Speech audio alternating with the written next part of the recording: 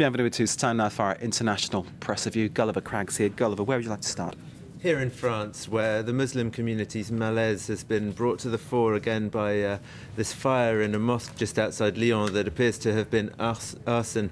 Liberté has a denunciation of the fire by the president, Nicolas Sarkozy. He's calling it an Islamophobic act. He's pretty convinced that it's arson.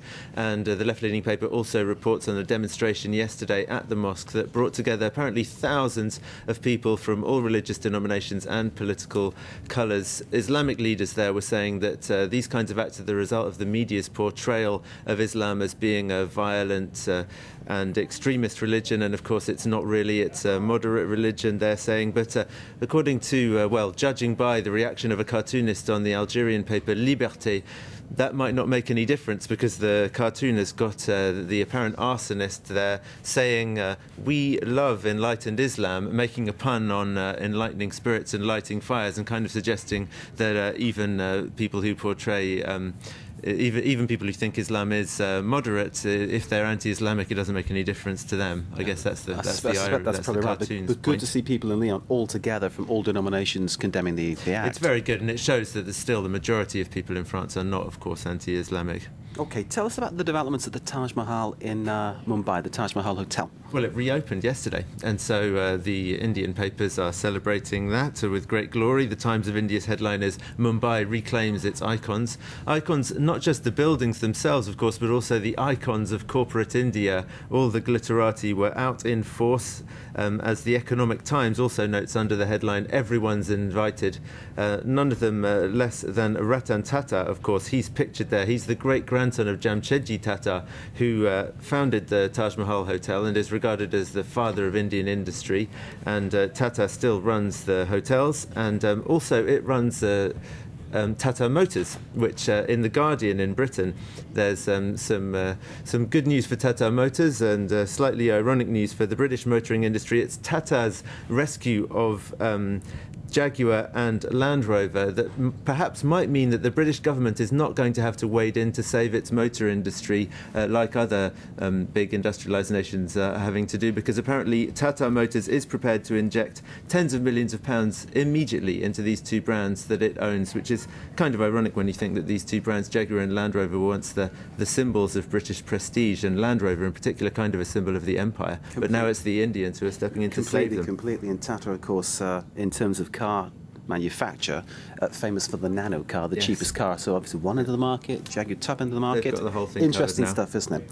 OK, staying in Britain, Scotland marked the 20th anniversary of the Lockerbie disaster. Yes, so the Scottish papers have got special editions about the ceremony that was held there in Lockerbie. The Herald has a special 2-page spread. But all the interviews in the Herald kind of emphasise how much Lockerbie really just wants to be thought of as a town again, and not just a name that's associated with a tragedy. So they didn't even want to go to have too much ceremony. Apparently they felt that the small commemoration that they had was enough. And the paper also looks at kind of the positive side that's come out of this disaster, if you can call it that, in that there's big links that have grown up between Lockerbie and Syracuse, New York, where a lot of the passengers on Pan Am Flight 103 that was bound for New York were studying at Syracuse University. And since then, there's been academic links that have grown up between Syracuse University and the Lockerbie Academy. 2 Scottish students go there each year to study. And in Syracuse, the Post-Standard, which is the local paper there, is also commemorating the Lockerbie bombing. And it's got a photo essay on Lockerbie by 2 professors from Syracuse University, a portrait of the town done over 10 years. Gulliver, we have to leave it there. Thank you for that. That's an international press review. Watching France 24. Stay with us.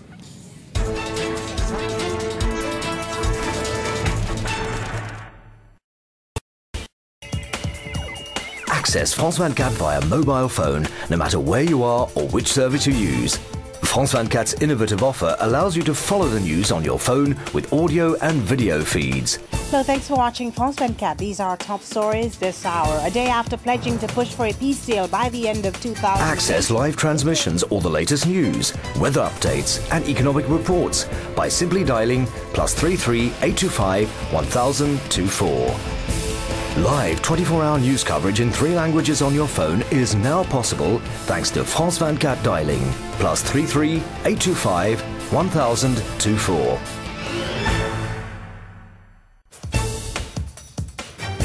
global crisis looms large, but the luxury hotel industry has never done better.